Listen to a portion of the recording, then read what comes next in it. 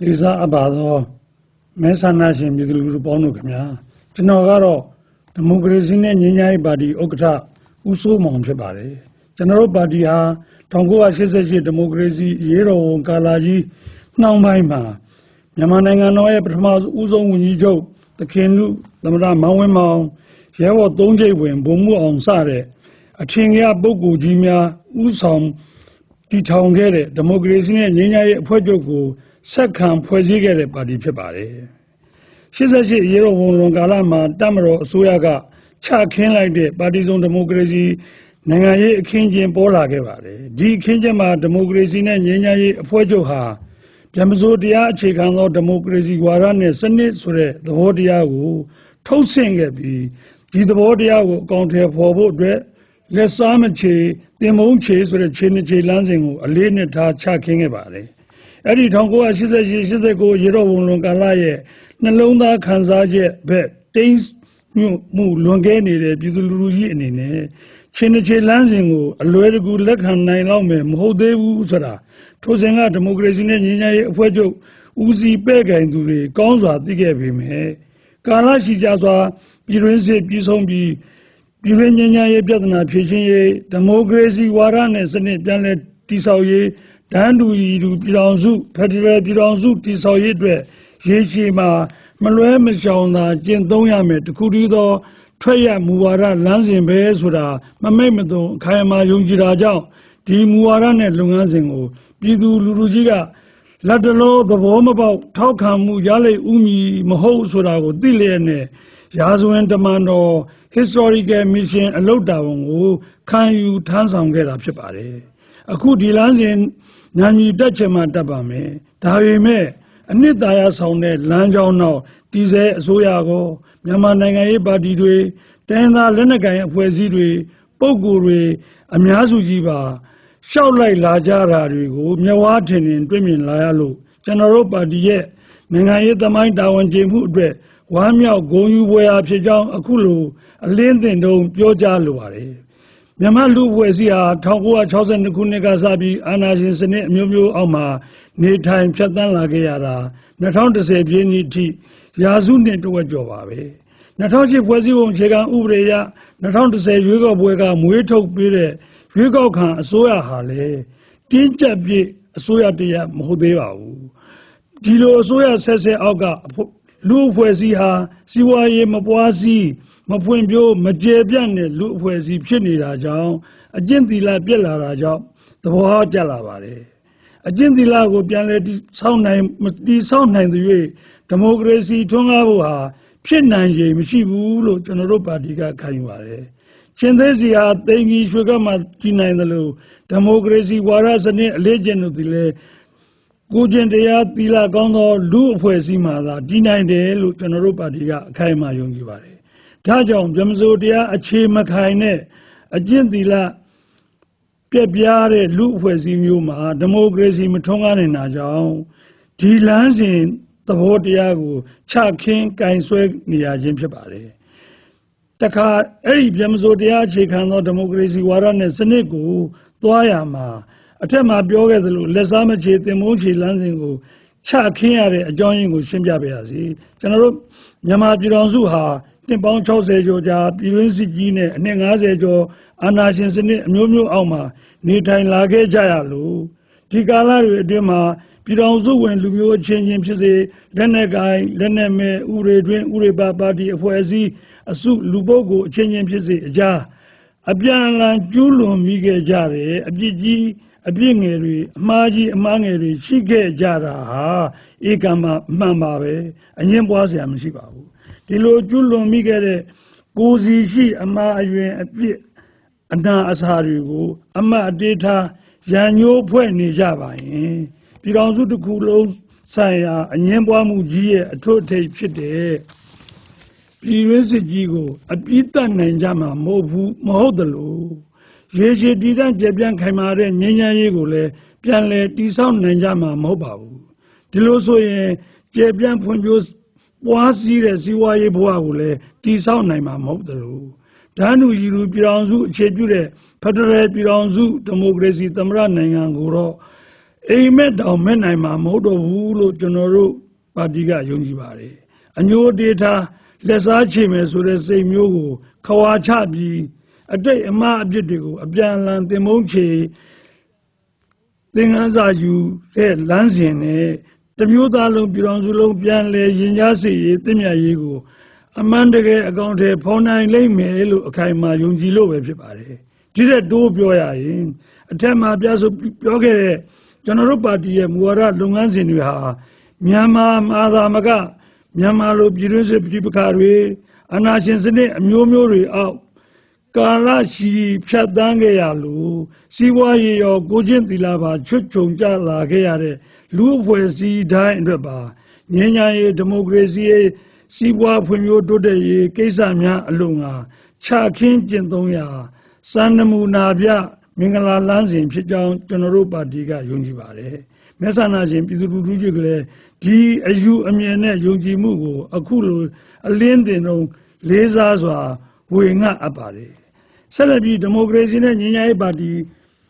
ပြန်လည်ဖွဲ့စည်းပေါ်ပေါက်လာပုံကိုအစီရင်ခံတင်ပြပါရစေ။ဒီမိုကရေစီနဲ့ညီညာရေးအဖွဲ့ချုပ်ဟာ1990ပြည့်နှစ်ရွေးကောက်ပွဲအပြီးမှာနဝတအစိုးရကဖျက်သိမ်းခြင်းခံခဲ့ရပါတယ်2010ရွေးခု10တိုင်နဲ့အထိပါပဲထိုစဉ်နာယကအစိုးရဟာ2008ဖွဲ့စည်းပုံအခြေခံဥပဒေကိုရေးဆွဲအတည်ပြုခဲ့ပါတယ်2010ရွေးကောက်ပွဲကိုကြီးညာလာပါတယ်နိုင်ငံရေးပါတီမှတ်ပုံတင်ဥပဒေပြဋ္ဌာန်းပြီးနိုင်ငံရေးပါတီများဖွဲ့စည်းခွင့်ပေးပါတယ်ဒီအခါဒီမိုကရေစီနဲ့ငြိမ်းချမ်းရေးအဖွဲ့ချုပ်ရဲ့မူဝါဒလမ်းစဉ်တွေကိုဆက်လက်ကင်ဆွဲပြီးတော့အချိန်ကာလလိုအပ်ချက်အရဒီမိုကရေစီနဲ့ငြိမ်းချမ်းရေးပါတီဆိုတဲ့အမည်နဲ့အဖွဲ့ချုပ်မှပါတီသို့ပြောင်းလဲဖွဲ့စည်းခဲ့ပါတယ်။အဲ့ဒီကာက2008ဖွဲ့စည်းပုံဟာစစ်အာဏာဆိုးနှစ်ဖားကျိုးထိုးတဲ့ဖွဲ့စည်းပုံပဲလက်မခံဆန့်ကျင်ကြ2010ရွေးကောက်ပွဲသပိတ်မှောက်ကြစတဲ့ကြွေးကြော်သံတွေပွဲလောညံနေတဲ့ကာလဖြစ်ပါတယ်။ကျွန်တော်တို့ပါတီဟာဒီပွဲလောညံနေတဲ့အယူအမြင်တွေဆန့်ကျင်ကပညာချက်ဆောင်ထုတ်ပြန်ခဲ့ပါတယ်။ဒီပညာချက်မှာ2008ဖွဲ့စည်းပုံအခြေခံဥပဒေကိုအလုံးစုံတော့သဘောမတူသို့တော်တည်ဆဲအစိုးရကတည်ပြုပြဋ္ဌာန်းလိုက်ပြီးဖြစ်လို့ဥပဒေတည်ရှိလာခြင်းအရှိတရားကိုအသိမှတ်ပြုတယ်ဒီဖွဲ့စည်းပုံပုံရကျင်းပမယ်2010ရွေးကောက်ပွဲဟာမြန်မာပြည်တော်စုတစ်ခုလုံးမျှော်မှန်းအပ်တဲ့ပန်းနိုင်မဟုတ်ဘူးမလွဲမချောင်သာဖြတ်သန်းရမယ်မှတ်တိုင်တစ်ခုအဖြစ်သာသဘောထားတယ်ဒီမှတ်တိုင်ကိုဖြတ်ရင်အရွေးတစ်ခုဖြစ်လိုက်ပါမယ်ဒါကြောင့်ကျွန်တော်တို့ဖွဲ့စည်းထားတဲ့ဒီမိုကရေစီနဲ့ညီညွတ်ရေးပါတီဟာ2010ရွေးကောက်ပွဲကိုအကန့်အသတ်ဖြစ်တာပါဝင်ရှင်ပြိုင်မယ်လို့အတိအလင်းဖော်ပြခဲ့ပါတယ်။အဲ့ဒီသဘောထားရည်ရွယ်ချက်တွေနဲ့ကျွန်တော်တို့ပါတီဟာပြည်ထောင်စုရွေးကောက်ပွဲကော်မရှင်မှာပြဋ္ဌာန်းထားတဲ့ဥပဒေများနဲ့အညီတရားဝင်မှတ်ပုံတင်ပြီးတော့ရပ်တည်ခဲ့တာလားဖြစ်ရင်အခုဆိုရင်9နှစ်ရှိခဲ့ပါပြီ။ဒီ9နှစ်အတွင်းကျွန်တော်တို့ပါတီကမြန်မာဒီမိုကရေစီပြုပြင်ပြောင်းလဲရေးအရွေ့မှာပါဝင်ဖြတ်သန်းဆောင်ရွက်ခဲ့မှုတွေကတော့2010ရွေးကောက်ပွဲကြီးမှာပြည်သူ့လွှတ်တော်အမျိုးသားလွှတ်တော်မဲဆန္ဒနယ်9နဲ့ပါဝင်ရှင်ပြိုင်ခဲ့ပါတယ်အထက်ကျင်းညာချက်မှာဆိုခဲ့သလိုအကန့်အသတ်နဲ့ပါဝင်ရှင်ပြိုင်ခဲ့တာဖြစ်ပါတယ်နှစ်2011နှစ်ဆန်းမှာအခြားပါတီကိုပါတီနဲ့ဒီမိုကရေစီမိတ်ဆွေပါတီများအစုအဖွဲ့ကိုဖွဲ့စည်းပြီးပါဝင်ခဲ့ပါတယ်မြန်မာနိုင်ငံပေါ်မှာနိုင်ငံတကာစီးပွားရေးပိတ်ဆို့မှုရုပ်သိမ်းမှုပြန်လည်ရုပ်သိမ်းရေးပြည်တွင်းငြိမ်းချမ်းရေးရွေးကောက်ပွဲအချိုးကျကိုယ်စားလှယ်ပြုစနစ်ကျင့်သုံးရေးကိစ္စများပါဝင်ဆောင်ရွက်ခဲ့ပါတယ်အောင်မြင်မှုလည်းရခဲ့ပါတယ်2014ခုနှစ်လယ်ပိုင်းမှာဒီမိုကရေစီနဲ့မိတ်ဆွေပါတီများအစုအဖွဲ့ကို Federal Democracy မဟာမိတ် Federal Democracy Alliance FDA အဖြစ်တိုးချဲ့ဖွဲ့စည်းရမှာကမကထပြုပါဝင်ဆောင်ရွက်ခဲ့ပြီးတော့ယခုကတိုင်းရင်းသားပါတီများအပါအဝင်14ပါတီ FDA မဟာမိတ်တက်ကြစွာပါဝင်ဆောင်ရွက်လျက်ရှိပါတယ်။ကျွန်တော်တို့ပါတီမှာ FDA ကိုယ်စားလှယ်ဟာငြိမ်းချမ်းရေးနဲ့နိုင်ငံရေးဆွေးနွေးပွဲအတွက်မူပေါင်းရေးဆွဲရေးကော်မတီမှာပါဝင်ပြီးတော့အဆိုပါမူပေါင်းရေးဆွဲကိစ္စကိုပြီးစီးအောင်ဆောင်ရွက်နိုင်ခဲ့ပါတယ်။နိုင်ငံရေးပါတီများကိုယ်စားလှယ်လောင်းများလိုက်နာရမည်ကျင့်ဝတ် Code of Conduct for Political Parties and Candidates COC ရေးဆွဲရေးကော်မတီမှာပါဝင်ပြီးဆိုခဲ့ပါကျင့်ဝတ်ကိုအောင်မြင်စွာပါဝင်ရေးဆွဲခဲ့ပါတယ်။6အမျိုးသားပညာရေးပြုပြင်ပြောင်းလဲလုပ်ငန်းစဉ်တစ်လျှောက်လုံး ကျင်းပတဲ့ဆွေးနွေးပွဲတွေအားလုံးကိုတက်ရောက်ပါဝင်ဆွေးနွေးအကြံပြုခဲ့ပါတယ်အချိုးကျကိုစားပြုခုနှစ်အချိုးကျကိုစားပြုရွေးကောက်ပွဲ PRS နဲ့ပတ်သက်လို့အမျိုးသားလွှတ်တော်မှာသွားရောက်ပြီးတော့အကြံပြုခဲ့ပါတယ်ရှေ့ပြည်တွင်းပြည်ပမှာကျင်းပပြုလုပ်တဲ့ပြည်တွင်းငြိမ်းချမ်းရေးဒီမိုကရေစီပြုပြင်ပြောင်းလဲရေးဖက်ဒရယ်ပြည်ထောင်စုဖြစ်ပေါ်ရေးအမျိုးသားစည်းဝါးဖွံ့ဖြိုးတိုးတက်ရေးစတဲ့အရေးပါလာတဲ့အလို့ယုံဆွေးနွေးပွဲတွေဖိုရမ်တွေကိုပါဝင်တက်ရောက်ဆွေးနွေးမှုများကြိမ်ဖန်များစွာပြုလုပ်ခဲ့ပါတယ်ဒီလိုနဲ့မြန်မာဒီမိုကရေစီပြုပြင်ပြောင်းလဲရေး9 နှစ်တာအရွေ့ကိုကျွန်တော်တို့စွမ်းအားရှိသမျှပါဝင်ရွှေ့ခဲ့ပါတယ်အခုလဲလာမယ့်ရွေးကောက်ပွဲမှာကျွန်တော်တို့ပါတီကဂိုင်ဆွဲထားတဲ့မူအရအကန့်အသတ်နဲ့ပဲပါဝင်မှာဖြစ်ပါတယ်အခုရှင်ပြိုင်ရမှာကျွန်တော်တို့ပါတီရဲ့ရွေးချက်နဲ့လုပ်ငန်းစဉ်တွေရှိပါတယ်အဲ့ဒီအဓိကကြတဲ့အချက်3ချက်ကိုလေးစားစွာတင်ဆက်လိုပါတယ်1နိုင်ငံတော်တည်ဆောက်ရေးကဏ္ဍမှာနိုင်ငံတော်ဖွဲ့စည်းပုံအခြေခံဥပဒေ2008ကိုဒီမိုကရေစီစံနှုန်းများနဲ့ကိုက်ညီပြီးတော့ဒန်းတူရည်တူကိုယ်ပိုင်ပြဋ္ဌာန်းအုပ်ချုပ်ခွင့်အပေါ်အခြေပြုတဲ့ဖက်ဒရယ်ပြည်အောင်စုလက္ခဏာပြည့်စုံလာအောင်စန္ဒနောက်မလိုက်ပဲဘဝဘေးအခြေအနေဖြစ်နိုင်ခြေကစလို့တစပြောင်းလဲပြင်ဆင်သွားရန်နှစ်ပြည်တွင်းစစ်ရစေးရေးပြည်တွင်းငြိမ်းချမ်းရေးကဏ္ဍမှာပြည်တွင်းလက်နက်ကိုင်ပြည်ပကအတွင်ပါဝင်ပတ်သက်နေတဲ့ဥပဒေတွင်ဥပဒေပါလက်နက်ကိုင်လက်နက်မဲ့နိုင်ငံရေးပါတီအဖွဲ့အစည်းအစုလူပုဂ္ဂိုလ်ကျဲကျဲပြန့်ပြန့်ကိုစားပြုပါဝင်တက်ရောက်မယ်ပြည်တော်စုငြိမ်းချမ်းရေးနဲ့နိုင်ငံရေးညီလာခံကြီးတရားကျင်းပပြီးတော့ဆွေးနွေးညှိနှိုင်းအဖြေရှာရန်တနိုင်ငံလုံးအပြစ်ခတ်ရစေတိုက်ခိုက်မှုရစေရေးစာချုပ်ဆောလင်နဲ့များဆောလင်စွာလက်မှတ်ရေးထိုးပြည်ညင်ပြုရေးအလို့ငါအစွမ်းကုန်ပါဝင်ဆောင်ရွက်သွားရန်3လက်ရှိတည်ဆဲမြေယာဥပဒေဟာမြေကားစားမြေချင်းကြီးစနစ်စီကိုဥတည်နေတယ်လို့ရှုမြင်တဲ့အတွက်လေလို့သူလေယာပိုင်ဆိုင်ခွင့်လောက်ကင်ခွင့်လက်ရှိလက်ငုပ်ထားပိုင်ခွင့်တွေကိုအမခံချက်ရှိစေပြီးတော့ပုဂ္ဂလိကမြေပိုင်ဆိုင်မှုမှာလေအကန့်အသတ်တစ်ခုတစုံတရာရှိစေမဲ့မြေယာအရင်းရှင်စနစ်စစ်ထွန်းကားစီရန်တို့ဖြစ်ပါတယ်မြတ်ဆန္ဒရှင်ပြည်သူလူထုပေါင်းတို့ခင်ဗျာလွန်ခဲ့တဲ့9 နှစ်တာကာလဟာမြန်မာအဖို့ပထမအရွေးကာလဖြစ်ပါတယ်အခုလာမယ့်ရွေးကောက်ပွဲဟာလာမယ့်9 နှစ်ဟာဒုတိယအရွေးသို့ဥတည်နေတဲ့ကာလဖြစ်ပါတယ်ဒုတိယအရွေးကာလမှာပေါ်ပေါက်လာမယ့်ဦးစီးပဲ့ကိုင်နိုင်ငံတော်အစိုးရဟာလက်ရှိနိုင်ငံရေးပါတီကြီးတွေအပါအဝင်ပါတီများအများပြားပါဝင်တဲ့အထူးအားဖြင့်တိုင်းသားဒေသပြည်နယ်တွေမှာအခြေပြုထားတဲ့တိုင်းသားပါတီကြီးတွေပါဝင်တဲ့ညွန့်ပေါင်းအစိုးရတရားပေါ်ပေါက်လာဖို့အလားအလာများပါတယ်ဒီလိုအစိုးရတရားပေါ်ပေါက်လာအောင်မဲဆန္ဒရှင်လူထုကြီးရဲ့ရွှေ့နိုင်အားနဲ့ရွှေ့နီးမှန်ကန်မှုပေါ်မှာအများကြီးကြီးမီးနေတယ်လို့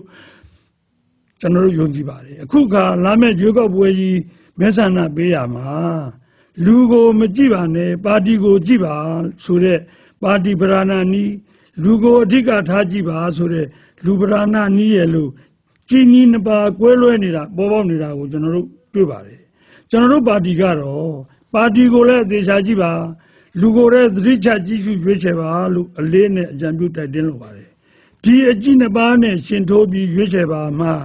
မျက်မှောက်ဒီမိုကရေစီပြုပြင်ပြောင်းလဲဖြစ်စဉ်ဒုတိယအရွေးကိုမှန်မှန်ကန်ကန်ရွှေ့ပေးရရောက်မယ်လို့မဲဆန္ဒရှင်လူလူကြီးကိုအသိပေးအပ်ပါတယ်ဒီလိုပါတီကိုကြည့်တဲ့အခါမှာအဲ့ဒီပါတီရဲ့သဘောတရားမူဝါဒလုပ်ငန်းစဉ်လမ်းစဉ်ကြောတော်နာခံပြုမှုရမုံငွေထောက်ပံ့မှုသုံးစွဲမှုကိုစားပြုမှုတွေကိုအသေးချာမြင်အောင်ကြည့်စီလိုပါတယ်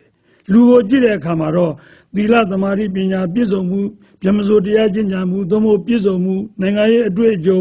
သဘာရင့်ကျက်မှုတို့ကိုအလေးနဲ့ထားကြည့်စီလိုပါတယ်အဲ့ဒီလိုပါတီရောလူကိုပါအသေးချာကြည့်ရှုလေးလာစမ်းစစ်သုံးသပ်ပြီးမှအဆုံးဖြတ်ပြုရွေးချယ်ကြစီလိုကြောင်းအနူးညွတ်တိုက်တွန်းရင်းနဲ့ကိုယ်စိတ်နှပါကျမ်းမာချမ်းသာကြစေကြောင်းဗျမစိုးတရားအခြေပြုဒီမိုကရေစီစနစ်နဲ့စနစ်ဟာမြန်မာရောကမ္ဘာမှာအမြင့်တွေဖြစ်ထွန်းပါပွားများပါစေလို့ဆုမွန်ကောင်းတောင်းရင်ညီကုန်းချုပ်